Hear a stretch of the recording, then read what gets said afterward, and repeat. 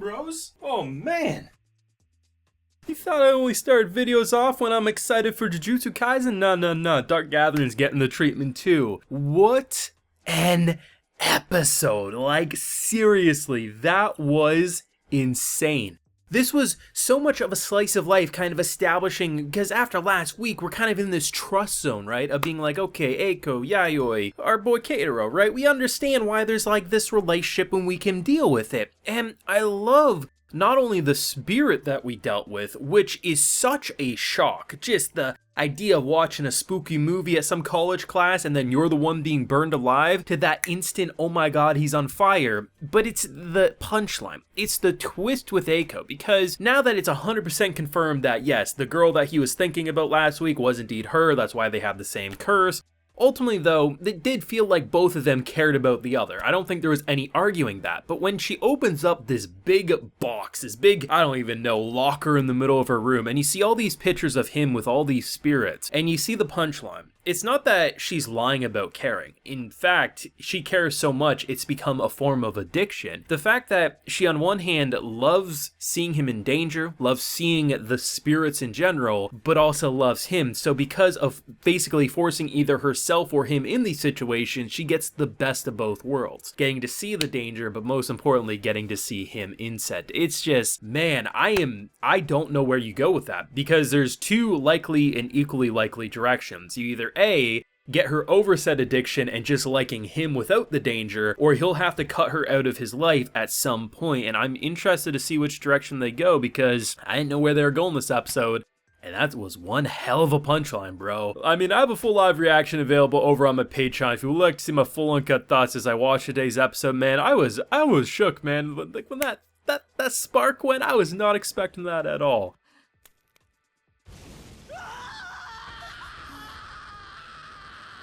What?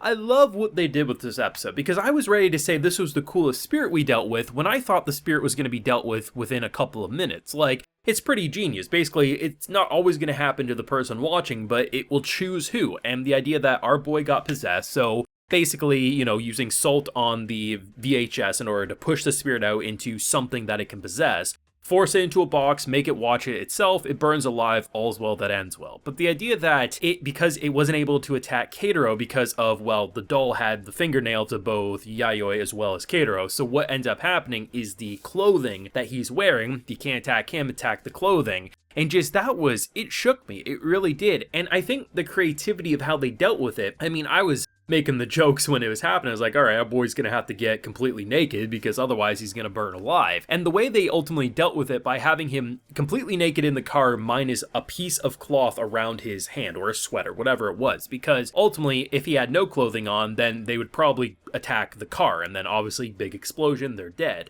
So by leaving something on his body that can combust spontaneously and having it out the window, most of the time it was going out because of the speed of the wind, but every time it came back, it was larger, and boy, it was not looking good. And I appreciate the fact that afterwards we see that he has bandages wrapped all around his arm because he had to go to the hospital probably for some burns. It's interesting how they're dealing with it, because immediately when you hear about this like spooky class that he could probably take at school, it's like, oh, this will be the class, they have the right spooky teacher design, that maybe a lot of the ideas and spirits that they'll come up with will come from said class. And immediately the teacher's just like, bro, what the hell happened? I gotta go talk to some people, and just gets out of there. And because he's a brand new student at this school, like, obviously no one recognized Keitaro as the one in the movie, just it was creepy that it switched in the way that it did. It's very interesting how they nail that horror atmosphere. And as I keep saying, this is going to be a horror classic. This is going to be one of those shows that will get recommended alongside Shiki, alongside Higurashi, because it nails the creepiness and it truly makes you feel like at a moment's notice something can happen. And whether it is the jump scare moments like him spontaneously combusting in the middle of the classroom after thinking, that's a pretty damn good idea, trap the thing in the box, make it watch its own video, and then ultimately it burns alive. Or just the fact that there's always these moments, whether it's the creepiness with the hands, like the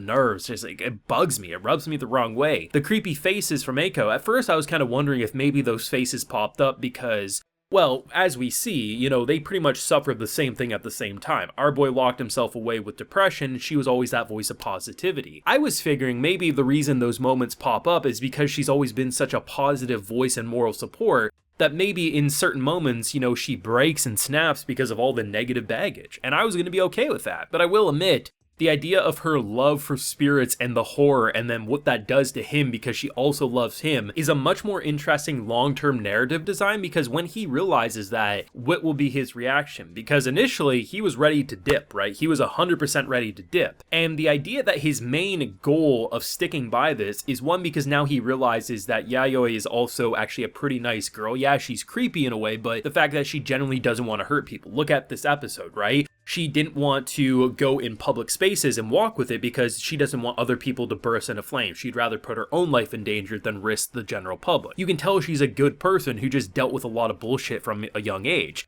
And Eiko, I mean, literally his entire goal is to save her. It's not even really about saving himself, it's about saving her and the curse that he feels guilty about putting on her. If he was to come to terms and learn that she loves putting him in danger and that she gets off on it, would that force him to maybe reconsider and walk away? Or would he switch his mindset to, you know what, when this is done, we're done, I'm gonna heal myself, in return you'll probably get healed, do whatever you want? Because she has the potential to go full on yandere, like 100%, man. I feel like we're gonna, at some point, episode 17, 18, 19, we're gonna see our boy strapped to a chair and she's gonna be tormenting him with spirits. I just feel like that's an entirely likely scenario. And honestly, this has raised Dark Gathering once again from already a show that I was raving about, saying it's one of the best of the season, and it took it up a notch. It really did for me. I'm still 100% in. I thought I was out. I was never going to trust these characters, and then last week proved me wrong. But what they've now done with both Eiko as well as Yayoi, I feel like I understand them enough that I'm really interested to see where both of their characters will go when it's all said and done, sort of a thing. And this was a truly shocking episode. I think it was smart using the almost slice of life aesthetic after getting Keitaro to kind of trust both of them again, but most importantly, letting us let our guard down, because once it starts getting spooky and he just bursts into flames like that, I mean, it really does set the mood that things are changing again, and I wasn't sure what we were gonna see. At first I was like, okay, it's a little weird, but she loves him and she obviously likes spooky things, but when she starts admitting to what she likes to put him through, I was like, man, how is he gonna deal with that? Because this episode is literally establishing that his entire goal is to make up for what he blames, and you see so many loving moments between them. Like, it's 100% she does care for him,